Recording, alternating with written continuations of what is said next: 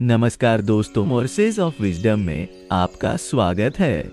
आज हम श्रीमद् भागवत पुराण के प्रथम स्कंद के 17वें अध्याय का अध्ययन करेंगे, जिसमें पृथ्वी देवी द्वारा धर्म के विरुद्ध किए गए अत्याचारों के बारे में राजा परीक्षित को बताया गया है। यह अध्याय हमें सिखाता है कि कैसे कलयुग में अधर्म बढ़ता है और धर्म की रक्षा के लिए क्या करना चाहिए। प्राचीन भारत में जब द्वापर युग का अंत हो रहा था और कलयुग का आगमन हो रहा था, एक महान राजा का शासन था। वह राजा था परीक्षित महाराज, पांडवों के वंशज और अभिमन्यु के पुत्र। परीक्षित महाराज अपनी न्याय प्रियता, धर्मनिष्ठा और प्रजा के प्रति प्रेम के लिए जाने जाते थे।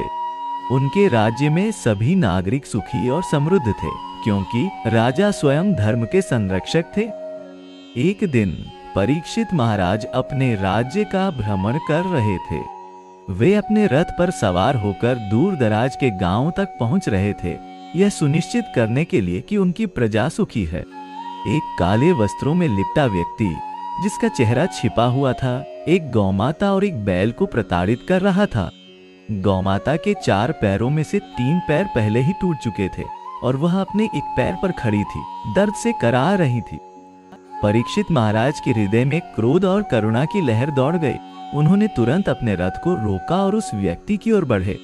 रुको, उन्होंने गरजते हुए कहा, मेरे राज्य में ऐसा अधर्म कैसे हो सकता है?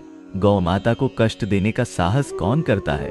राजा की आवाज में ऐसी शक्ति थी कि वह काला व्यक्ति थरथरा उठा और पीछे हट गया। परीक्षित महाराज ने अपना धनुष उठाया और एक तीर निकाला। बताओ तुम कौन हो और इस पवित्र गौमाता को क्यों सता रहे हो? उन्होंने पूछा। काले वस्त्रों वाले व्यक्ति ने धीरे धीरे अपना चेहरा दिखाया। उसकी आंखों में भय और षड्यंत्र की चमक थी। महाराज, वह कांपते हुए बोला, मैं कली हूँ, इस नए युग का अधिपति। मेरा समय आ गया है और मैं अपना प्रभाव फैलाने आया हूँ। परीक्षित महाराज ने कली को पहचान लिया। वह अधर्म, झूठ, हिंसा और पाप का प्रतीक था। राजा ने कहा, तुम्हारा युग भले ही आ गया हो, लेकिन जब तक मैं जीवित हूँ तुम मेरे राज्य में अधर्म नहीं फैला सकते। मैं तुम्हें अभी समाप्त कर दूंगा। उन्होंने अपने धनुष पर तीर चढ़ाया, जो दिव्य तेज से चमक रहा था। महाराज, मुझे क्षमा करें, वह गिड़गिड़ाया। यह भी तो ब्रह्मा जी की इच्छा है कि मेरा युग आए। मुझे जीवित रहने दे, मैं आपके नियमों का पालन करूंगा। परीक्षित महाराज ने गंभीरता से विचार किया। वे जानते थे कि कलियुग का आना अवश्यंभावी था। यह काल चक्र का हिस्सा था। परीक्षित महाराज ने अपना धनुष नीचे किया और कहा, ठीक है, मैं तुम्हें जीवित रहने दूंगा, लेकिन मेरे नियमों के अधीन। तुम मेरे राज्य में केवल 4 स्थानों पर रह सकते हो। राजा ने अपनी उंगली उठाकर गिनाया। पहला, जहां जुआ खेला जाता है। दूसरा, जहां मदिरा पान होता है। तीसरा, जहां अवैध संबंध बनाए जाते हैं। और चौथा, जहां निर्दोष प्राणियों की हत्या की जाती है। इन 4 स्थानों के अलावा तुम्हें कहीं भी जाने की अनुमति नहीं है। कली ने सिर झुकाकर राजा के नियम स्वीकार कर लिए, लेकिन उसके मन में अभी भी छल था। वह बोला, महाराज, आपने मुझे 4 स्थान दिए हैं, लेकिन मैं एक और स्थान चाहता हूँ, जहाँ मैं अपनी शक्ति का प्रदर्शन कर सकूं। परीक्षित महाराज ने पूछा, वह क्या है? कली ने उत्तर दिया, स्वर्ण यानी सोना। जहाँ सोना होगा वहाँ मैं भी रहूंगा। परीक्षित महाराज ने गंभीरता से विचार किया। वे जानते थे कि धन का लोभ मनुष्य को पतन की ओर ले जाता है। उन्होंने कहा, तथास्तु, तुम्हें यह 5वां स्थान भी मिलता है, लेकिन याद रखो, जहां सत्य, दया, तपस्या और शौच होगा, वहां तुम्हारा प्रवेश निषिद्ध है। कली ने सहमति में सिर हिलाया, लेकिन उसकी आंखों में चालाकी की चमक थी। परीक्षित महाराज ने फिर उस गौमाता की ओर देखा, जो अभी भी एक पैर पर खड़ी थी। वे उसके पास गए और करुणा से बोले, हे धर्म देवता, क्योंकि आप इस गौमाता के रूप में प्रकट हुए हैं, मुझे बताइए, आपके 3 पैर किसने तोड़े? गौमाता ने अपनी दर्द भरी आंखों से राजा को देखा और मानवीय आवाज में उत्तर दिया, महाराज, मेरा पहला पैर तपस्या की कमी से टूटा, दूसरा शौच, पवित्रता के अभाव से, और तीसरा दया के विलुप्त होने से। अब मैं केवल सत्य के एक पैर पर खड़ा हूँ और कलयुग में यह भी धीरे धीरे कमजोर होता जाएगा। परीक्षित महाराज ने गौमाता के सिर पर हाथ रखा और प्रतिज्ञा की, जब तक मैं जीवित हूँ मैं धर्म की रक्षा करूंगा। मेरे राज्य में सत्य, दया, तपस्या और शौच का पालन होगा। मैं कली के प्रभाव को सीमित रखूंगा। गौ माता के आंसू राजा के हाथों पर गिरे और उन आंसुओं से दिव्य प्रकाश निकला जो पूरे राज्य में फैल गया। परीक्षित महाराज ने अपने राज्य में धर्म की पुनर्स्थापना के लिए कठोर नियम बनाए। उन्होंने आदेश दिया कि सभी मंदिरों और गौशालाओं की सुरक्षा बढ़ाई जाए। उन्होंने ब्राह्मणों और संतों को सम्मान देने का आदेश दिया और प्रजा को वेदों और शास्त्रों के अनुसार जीवन जीने के लिए प्रोत्साहित किया। कली अपने सीमित क्षेत्रों में बंद अवसर की तलाश में था। वह जानता था कि जब तक परीक्षित महाराज जीवित हैं, वह अपना प्रभाव नहीं फैला सकता, लेकिन वह धैर्य से प्रतीक्षा कर रहा था, क्योंकि वह जानता था कि समय उसके पक्ष में था। धीरे धीरे कुछ लोग जुआ खेलने लगे, कुछ ने मदिरापान शुरू किया और कुछ ने सोने के लिए अपना धर्म त्याग दिया। हर बार जब कोई व्यक्ति इन पापों में लिप्त होता, कली की शक्ति बढ़ती जाती। परीक्षित महाराज ने अपने राज्य में न्याय व्यवस्था को मजबूत किया।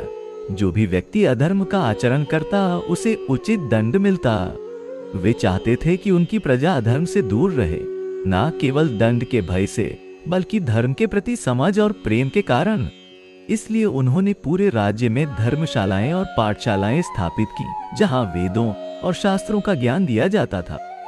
एक दिन परीक्षित महाराज अपने दरबार में बैठे थे, जब एक वृद्ध ब्राह्मण उनके सामने आया। ब्राह्मण ने कहा, महाराज, आपने कली को नियंत्रित करके महान कार्य किया है, लेकिन याद रखिए, यह युग अभी शुरू ही हुआ है। आने वाले समय में कली का प्रभाव बढ़ेगा। लोग धर्म को भूलकर भौतिक सुखों के पीछे भागेंगे। ऐसे में केवल भगवान का नाम ही उनका उद्धार कर सकेगा। परीक्षित महाराज ने ब्राह्मण के वचनों पर गंभीरता से विचार किया। उन्होंने कहा, आपके वचन सत्य हैं मुनिवर। मैं जानता हूं कि कलयुग में धर्म का ह्रास होगा, लेकिन जब तक मैं हूं, मैं अपनी प्रजा को धर्म के मार्ग पर रखने का प्रयास करूंगा।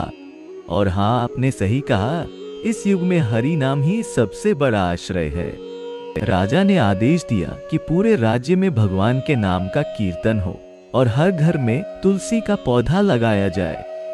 परीक्षित महाराज के प्रयासों से उनके राज्य में धर्म फिर से मजबूत हुआ। गौमाता के टूटे हुए पैर धीरे धीरे ठीक होने लगे और वह अब 2 पैरों पर खड़ी हो सकती थी। लोगों ने तपस्या और दया का अभ्यास शुरू किया, जिससे धर्म मजबूत हुआ। कली अपने सीमित क्षेत्रों में क्रोध से भर गया, लेकिन वह राजा के नियमों का उल्लंघन करने का साहस नहीं कर सकता था। परीक्षित महाराज के शासन में सत्य युग जैसी स्थिति पुनः स्थापित हुई। लोग सुखी और समृद्ध थे और धर्म का पालन करते थे।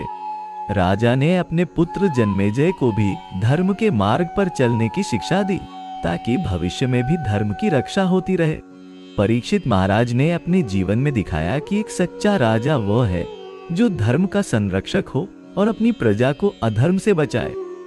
इस प्रकार परीक्षित महाराज ने कली के प्रभाव को नियंत्रित करके अपने राज्य में धर्म की स्थापना की। उनकी कहानी हमें सिखाती है कि चाहे कितना भी कठिन समय हो, यदि हम धर्म के मार्ग पर दृढ़ रहें और अधर्म का विरोध करें, तो हम अपने जीवन और समाज में सद्गुणों की स्थापना कर सकते हैं। परीक्षित महाराज की तरह हमें भी अपने जीवन में सत्य, दया, तपस्या और शौच को अपनाना चाहिए और कली के प्रभावों, जुआ, मदिरापान, अवैध संबंध, हिंसा और धन के लोभ से दूर रहना चाहिए। मित्रों, आज हमने जाना कि कैसे कलयुग में धर्म की हानि होती है और कैसे सत्य, दया, तपस्या और शौच जैसे मूल्य क्षीण होते जाते हैं। आशा करते हैं कि यह ज्ञान आपके जीवन में प्रकाश लाएगा। यदि आपको यह वीडियो पसंद आया तो कृपया इसे लाइक करें, चैनल को सब्सक्राइब करें और अपने विचार कमेंट्स में साझा करें। वर्सेस ऑफ विजडम के साथ और अधिक पौराणिक ज्ञान के लिए हमारे साथ बने रहें। धन्यवाद और शुभकामनाएं।